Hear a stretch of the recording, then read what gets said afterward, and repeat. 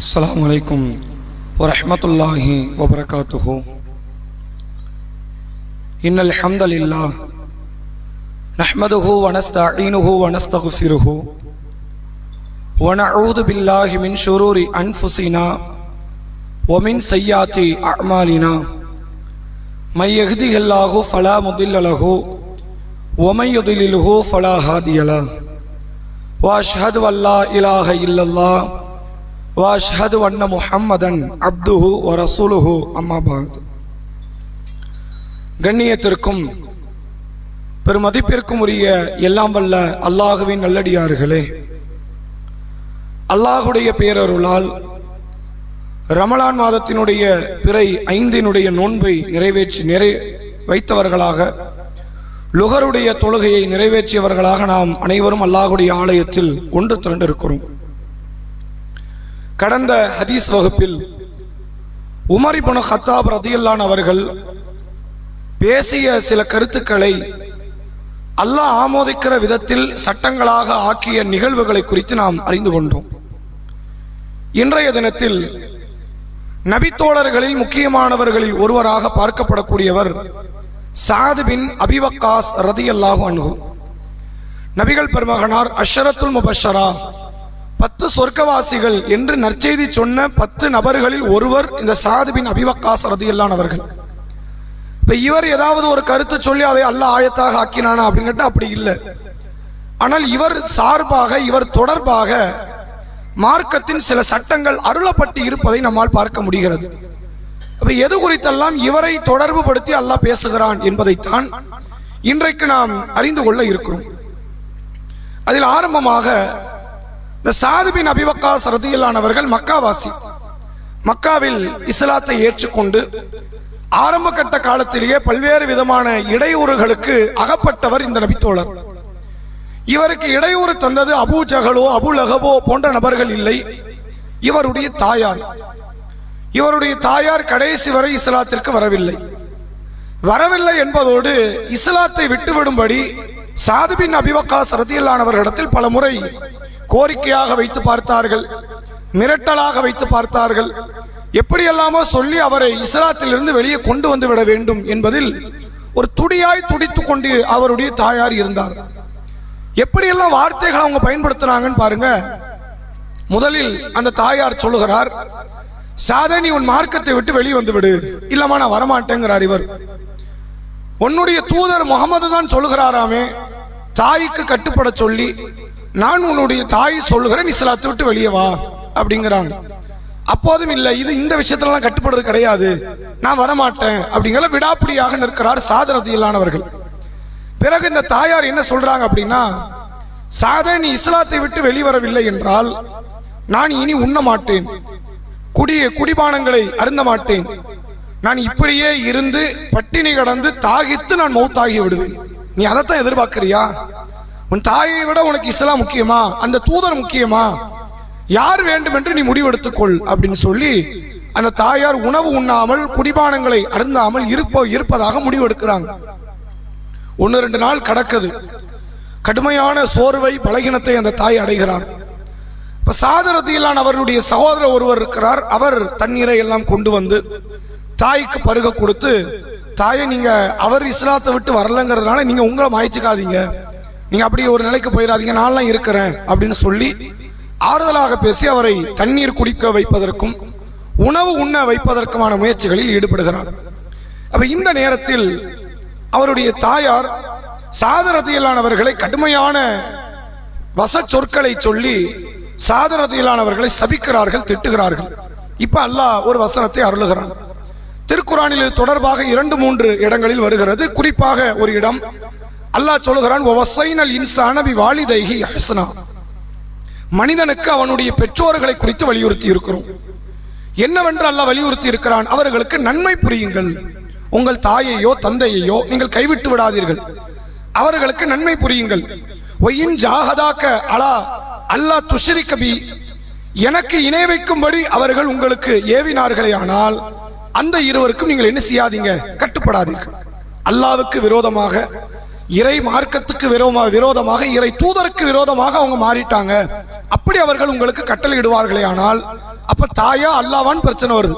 நீங்க அல்லாவை தேர்வு செய்யுங்கள், தாயினுடைய வார்த்தை கட்டுப்பட வேண்டாம், அவங்க வார்த்தை நீங்க காது கொடுத்து கேட்க வேண்டாம், கீழ்ப்படிய வேண்டாம் என்று அல்லாஹ் சொல்லிவிட்டு தொடர்ச்சியாக அல்லாஹ் சொல்கிறான், சாஹிபுஹுமா ஃபி துன்யா மாரூஃபன், ஆனால் உலகத்தில் அவர்களோடு நல்ல முறையில் நட்புறவில் தோழமையில் நீங்கள் இருங்கள். என்னதான் அவர்கள் இஸ்லாத்துக்கு விரோதிகளாகவே இருந்தாலும் உலகத்தில் அவர்கள் உங்களை பெற்றெடுத்தவர்கள், உங்களுக்கு பாலூட்டியவர்கள், உங்களை பாலூட்டி சீராட்டி வளர்த்தவர்கள். அப்ப அவர்களோடு உண்டான அந்த நட்புறவை கெடுத்துடக்கூடாது. அதை கெடுத்துறாத அளவுல வாழுங்க. அவங்க இஸ்லாத்துக்கு விரோதமா வந்தா அந்த விஷயத்தை மட்டும் விளைவிக்கங்க. இல்லமா இதுல என்ன பண்ணாதீங்க, எனக்கு நீங்க கட்டுப்படும்படி என்னை கட்டளையிடாதீர்கள், நான் கட்டுப்படுவதாக இல்லை என்று நீங்கள் அவர்களை புறக்கணித்து விடுங்கள் என்று அல்லாஹ் ரப்புல் ஆலமீன் இந்த வசனத்தை அருளுகிறான். அப்ப இந்த வசனம் அருளப்படுவதற்கு காரணமாக யாருடைய சம்பவம் அமைந்து இருக்கிறது என்றால், சாத் பின் அபி வக்காஸ் அவர் அந்த நபித்தோடு சரியாக தான் நடந்திருக்கிறார். அது சரிதான், அப்படித்தான் இருக்கணுங்கிறது அல்லாஹ் ஆமோதிக்கிற விதத்தில் அந்த வசனத்தை அல்லாஹ் அருளிய நிகழ்வை நம்மால் பார்க்க முடிகிறது. அதே போன்று ஒரு யுத்த களம் ஒன்று, பத்ருடைய யுத்த களம் நடைபெற்று முடிகிறது. அதுல எதிரிகள் விட்டு சென்ற கனிமத்து பொருட்கள், ரசூலுல்லாவுக்கு முந்தைய காலத்தில் கனிமத்து பொருள் எந்த ஒரு சமுதாய இறை தூதர்களுக்கும் அதை கடைபிடித்து வாழ்ந்த நன்மக்களுக்கும் அனுமதி கிடையாது. எதிரிகள் விட்டுட்டு போனாங்கன்னா அந்த பொருளை பயன்படுத்தக்கூடாது. நபிகள் பெருமகனாருக்கு அல்லாஹ் அனுமதிக்கிறான். ஆனா இந்த சம்பவத்துக்கு அப்புறம் தான் அனுமதியே வருது. இதுக்கு முன்னாடி வரைக்கும் என்ன இல்லை, அனுமதி இல்லை.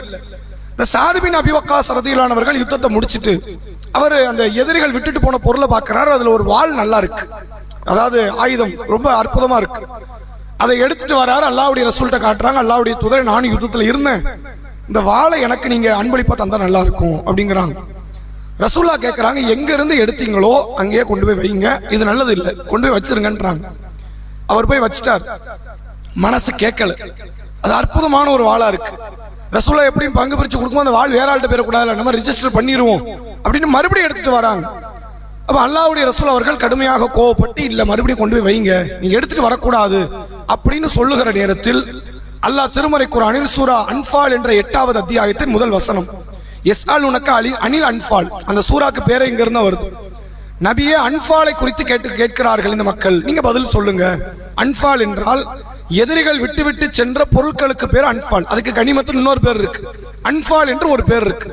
அது பற்றி அவர்கள் உங்களிடத்தில் கேட்கிறார்கள், நீங்கள் சொல்லுங்கள், அது குறித்து அல்லாஹ் ரசூல் முடிவெடுப்பார்கள் அப்படின்னு சொல்லி அதுக்கப்புறம் அல்லாஹ் அனுமதி கொடுக்கிறான். இது எப்படி பங்கு பிரிக்கணும், யார் யாருக்கு எவ்வளவு கொடுக்க வேண்டும் என்கிற சட்டம் எல்லாம் சாத் பின் அபி வக்காஸ் ரலியல்லாஹு இந்த நடவடிக்கைக்கு பிறகுதான் அல்லாஹ் அதை சட்டமாக ஆக்குகிறான் என்பதை பார்க்க முடிகிறது.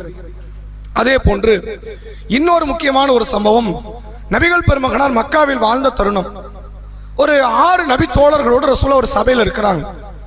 அந்த 6 நபி தோழர்கள் யார் அப்படிங்கும் போது இதை அறிவிக்கிற சாத் பின் அபி வக்காஸே சொல்லுகிறார். அந்த 6 பேர் யார் என்றால், ஒன்று நான், குந்து அன, நான் ஒன்று, வப்னு மசூத், இன்னொன்று அப்துல்லா இப்னு மசூத் என்று அழைக்கப்படுகிற 2வது சஹாபி, ஒரு ரஜுலுன் மின் ஹுதைல், ஹுதைல் என்கிற கோத்திரத்தை சார்ந்த ஒரு நபர், அவர் பேர் வரல, 4வது பிலால், 5வது 6வது பேர், அந்த பேரை நான் சொல்ல விரும்பலன்னு சொல்லிட்டு அவரே அந்த அறிவிக்கிற சாத் பின் அபி வக்காஸ் அந்த 2 பேரை விட்டுட்டாங்க. அப்ப மொத்தம் 6 பேர் ரசூலாவோட சேர்த்து மொத்தம் 7 பேர். ஒரு சபையில 7 பேர் இருக்கிறாங்க.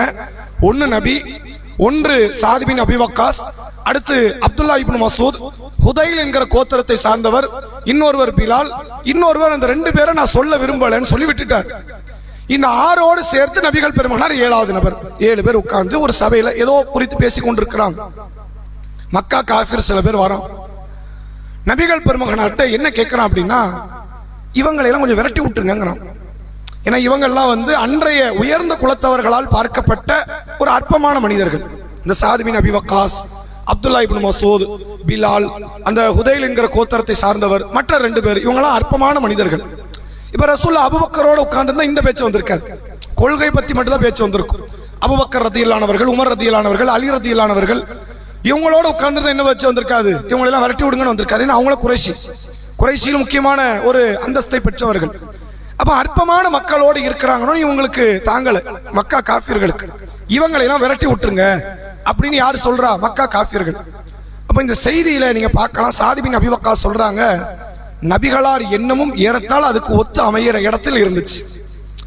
ஏன் அப்படின்னா, அவன் வைக்கும் போது ஒரு வாதத்தை வைக்கிறான், நீங்க இது மாதிரியான கீழ் ஜாதி மக்களை எல்லாம் தூக்கி உயர்வான இடத்துல உட்கார வச்சா நாளைக்கு நமக்கு மதிப்பு இல்லாம போயிடும் அப்படின்னு ரசூலுல்லாஹ் அமைதி காக்குறாங்க.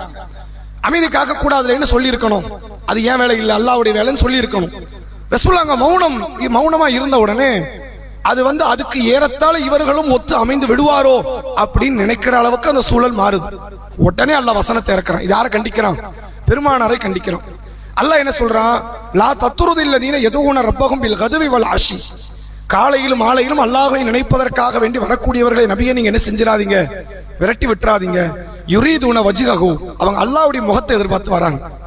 உட்கார்ந்து இருக்காங்களே உங்களை பின்பற்றி, அல்லாஹ் எங்களுக்கு அருள் புரியணும்னு எதிர்பார்த்து வந்திருக்கிறாங்க. இவன் பேச்சை கேட்டு என்ன பண்ணிடாதீங்க, நீங்க விரட்டி விட்டு விடாதீர்கள் என்று அல்லாஹ் ரப்புல் ஆலமீன் இந்த வசனத்தை அருளி இருக்கிறான் என்பதை பார்க்க முடிகிறது. நபிகள் பெருமகனாருக்கு எந்த ஒரு நேரத்திலும் யாரையும் மட்டப்படுத்த வேண்டும் என்கிற எண்ணம் துளி அளவும் கிடையாது. அப்ப ஏன் இப்படி வந்துச்சு? இது அல்லாஹ் கொடுத்த ஒரு சோதனை, ஒரு சின்ன தடுமாற்றம், உள்ள தடுமாற்றத்தை அல்லாஹ் ஒரு சில வேளைகள்ல அல்லாஹ் தர்றான். இப்படிதான் ஒரு முறை அப்துல்லா இப்னு உம்மி மக்தூம் என்கிற ஒரு நபித்தோழர் வருகிறார், சலாம் உரைக்கிறார். ரசூல் என்ன பண்ணாங்க? கடுகு எடுத்துட்டாங்க. நபியினுடைய இயல்பான பண்பது கிடையாது. 40 வருஷமா அப்படி நடக்கலையே. 40 வருஷத்துல அப்படி நடந்தாலும் நுபுவத்துல அப்படி நடக்கலாம். 40 வருஷமா அதே கீழ் ஜாதிகளாக பார்க்கப்பட்ட மக்களோடு சகோதரத்துவத்தோடு வாழ்ந்தவர் இங்க எப்படி இப்படி நடந்திருப்பாரு? அந்த மக்கள் இஸ்லாத்துக்கு வரணுமேங்கிற ஒரு எண்ணம் இந்த நபர்கிட்ட கடுகு எடுத்துட்டார். அப்ப அல்லாஹ் கண்டிக்கிறான், இப்படி செய்யாதீங்க. அது மாதிரியான ஒரு நிகழ்வாகத்தான் இதை புரிஞ்சுக்க முடியும். இந்த 6 பேர் இருக்கிறனால தான் இந்த காஃபிர்கள் உள்ள வர மறுக்கிறாங்களோ அப்படிங்கிற எண்ணத்துக்கு வந்தாங்க. ஆனா அதையுமே அல்லாஹ் கண்டிக்கிறேன், அப்படி பண்ணாதீங்க. என்ன தேடி வர்றவன் தான் உங்களுக்கு முக்கியம். என்ன தேடி வராதவன நீங்க என்ன செய்ய வேண்டியதில்லை. நீங்க அவங்கிட்ட எல்லாம் போய் நீங்க ஒன்னும் மார்க்கத்தை பேச வேண்டியதில்லை, அவன் சொல்ல ஒண்ணுமே தேவையில்லை என்று அல்லாஹ் ரப்புல் ஆலமீன் சொன்ன நிகழ்வை பார்க்க முடிகிறது. இது ஒரு 6 நபி தோழர். இதுல ஒருத்தர் யாரு? சாத் பின் அபி வக்காஸ் ரலியல்லாஹு அவர்கள் இருக்கிறார்கள். அதே போன்று மது தொடர்பாக அருளப்பட்ட வசனங்கள்ல இன்னொரு சம்பவத்தை நீங்க பார்க்கலாம். நம்ம நேற்று கூட மது விஷயத்துல உமர் ரலியல்லாஹு அன்ஹு என்ன செஞ்சாங்க? ஒவ்வொரு வசனம் அருளப்படுவதற்கு முன்னால் அவங்க துஆ செய்றாங்க, அல்லாஹ் மதுவை பற்றி ஒரு தெளிவைத்தா. அப்ப அல்லாஹ் அடுத்தடுத்த வசனத்தை கொடுத்து கடைசி என்ன பண்றான்? மாயிதாவினுடைய 90-91 கொடுத்து மது ஹராமுங்கிறான். இந்த 90-91 அருளப்படுறதுக்கு இன்னொரு காரணம் இருந்துச்சு. அது யாரு? சாத் பின் அபி வக்காஸ் ரலியல்லாஹு அவர்கள் இருந்தார்கள் என்பதை பார்க்க முடிகிறது. அந்த சம்பவத்தை நீங்கள் விலாவரியாக பார்ப்பீர்களே, ஆனால் அதனுடைய நிலை எப்படி இருக்கும்னு கேட்டா, இந்த மதுவை அவங்க அருந்துறாங்க. அருந்துவதன் மூலமாக முஹாஜிர்கள் அன்சாரிகளுக்கு மத்தியில் ஒரு பிளவு ஏற்படுது. மது பார்ட்டி நடக்குது. சாராயத்தை அருந்துவதற்கான ஒரு நிகழ்வை அவங்க ஏற்பாடு செஞ்சிருக்கிறாங்க. இந்த நேரம்ல எது தடுக்கப்பட்டிருக்கு? மது அருந்திட்டு தொழுகைக்கு வரக்கூடாது, அதெல்லாம் தடை வந்தாச்சு. மது அருந்திட்டு தொழக்கூடாது. அதே போன்று மதுவுல என்னன்னா குறைந்த நன்மை இருக்கு, நிறைய பாவம் இருக்கு, அதையெல்லாம் வச்சுட்டான். இன்னும் மது ஹராம்னு மட்டும் தான் சொல்லல, அந்த வசனம் மட்டும் தான் வரல. அன்சாரிகள் முஹாஜிர்கள் எல்லாரும் ஒரு சபையில உட்கார்ந்து மது அருந்துறாங்க. இந்த மது அருந்திட்டா என்ன ஆகும்னு கேட்டா, கொஞ்ச நேரத்தில் அந்த பெருமை புத்தி எல்லாம் அது ஒரு சண்டை சச்சரவுக்கு வழிவகை செஞ்சிடும். அப்படி வந்துச்சாங்க தோழர்களுக்கு மத்தியில. அன்சாரி பெரியவர்களா முஹாஜிர்கள் பெரியவர்களா? பேச்சு. முஸ்லிம்கள் யாரெல்லாம் வழிபடுறாங்களோ அவங்க அல்லாஹ்ட்ட பெரியவங்க, இப்படி சொல்லிட்டு பேரணும்ல, அல்லாஹ்விடத்தில் சிறந்தவர்கள் அப்படின்னு வந்துடணும். அன்சாரியா முஹாஜிர்களான்னு மது அருந்திய போதையில அவங்க சண்டை போட ஆரம்பிக்கிறாங்க. அது வாய் தகராறாக மாறுகிறது. அப்பதான் அல்லாஹ் என்ன செய்யறான்? இந்த வசனத்தை 5வது அத்தியாயம் 90-91 வசனத்தை அருளுகிறான். அதுல அல்லாஹ் என்ன சொல்றான்னா, இன்னமல் ஹம்ரு வல் மைசிர் வல் அன்சாபு வல் அஸ்லாம், இந்த மது, சூதாட்டம், குறிக்கேட்கிற அம்புகள், பலிபீடங்கள் ரிஜ்ஸு மின் அமலி ஷைத்தான், அருவருக்கத்தக்கது ஷைத்தானுடைய நடவடிக்கை. ஃபஜிதனிபூஹு லஅல்லஹும் துஃப்லிஹூன், இதை விட்டும் நீங்கள் விலகிக் கொள்ளுங்கள், நீங்க என்ன செய்யலாம்? வெற்றி பெறலாம் அப்படி நல்ல வசனத்தை இறக்கி இந்த மதுவின் மூலமாக, சூதாட்டத்தின் மூலமாக ஷைத்தான் உங்கள்கிட்ட பகைமை ஏற்படுத்துறான். அதாங்க நடந்துச்சு. முஸ்லீம்னு ஒரு அணியில நின்றவங்க அன்சாரி முஹாஜிர் 2 அணியா மாறுறாங்க. அப்ப அல்லாஹ் இந்த வசனத்தை அல்லாஹ் அருளி, மது இனிமேல் எக்காரணத்தை கொண்டு யாருக்கு என்ன கிடையாது?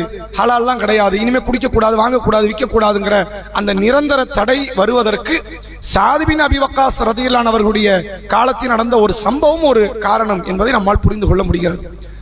இதுதான் சாத் ரலியல்லாஹு அவர்கள் சொல்கிறார்கள் 4 முக்கியமான சம்பவம். தாயாரிடத்தில் மார்க்கத்தை சொல்லும் பொழுது தாயார் இஸ்லாத்தை விட்டு வெளியேற சொல்கிறார். நான் சாப்பிட மாட்டேன், குடிக்க மாட்டேன் என்கிறார். அப்ப அல்லாஹ் ஒரு வசனத்தை அருளுகிறான், என் விஷயத்துல மட்டும் நீங்க அவங்களுக்கு கட்டுப்பட வேண்டாம், என்னல்லாத எந்த காரியத்தினாலும் சரி உம்மா பேச்சை கேளுங்க, வாப்பா பேச்சை கேளுங்க அப்படின்னு அல்லாஹ் சொல்றான். அதே போன்று ஒரு 6 தோழர்களோடு அல்லாஹ்வுடைய ரசூல் அவர்கள் இருக்கும் பொழுது இவங்களெல்லாம் விரட்டி விட்டுருங்கன்னு காஃபிர் வந்து கேட்கும் போது நபிகளாரினுடைய உள்ளம் ஏறத்தாழ அதுக்கு கொஞ்சம் இசைகிற நேரத்தில் அல்லாஹ் வசனத்தை அருளும், யாரையும் விரட்டலாம் கூடாது, என்ன தேடி வந்த கூட்டம், அவங்கள விரட்டுற அதிகாரம் நபி உங்களுக்கு இல்லை அப்படின்னு சொல்லி அல்லாஹ் வசனத்தை அருளுகிறான். அதே போன்று கனிமத்து பொருளில் இந்த பொருளை எனக்கு தாங்கன்னு சாத் ரலியல்லாஹு அவங்க கேட்கும் போது அல்லாஹ் வசனத்தை அருளி, நபியே இந்த கனிமத்தை பத்தி கேட்கிறாங்க, எஸ்அலுனக அனில் அன்ஃபால், அன்ஃபாலை பத்தி கேட்கிறாங்க, நீங்க அதை பத்தி விளக்கம் கொடுங்க அப்படின்னு அல்லாஹ் சொல்றான். அதே போன்று மதுவை அருந்திய நேரத்தில் சஹாபாக்களுக்கு மத்தியில் சண்டை சச்சரவுகள் ஏற்படுது. அல்லாஹ் மாயிதாவினுடைய வசனத்தை அருளி என்ன பண்றான், இனிமேல் உங்களுக்கு என்ன கிடையாது, மது ஹலால்லாம் கிடையாது, ஹராம் தான், சண்டை சச்சரவு தான் வரும் என்று இறைவன் பேசக்கூடிய நிகழ்வை இந்த செய்தியின் மூலமாக பார்க்க முடிகிறது. இது எல்லாமே ஒரே செய்தியில நீங்க பார்க்கலாம்.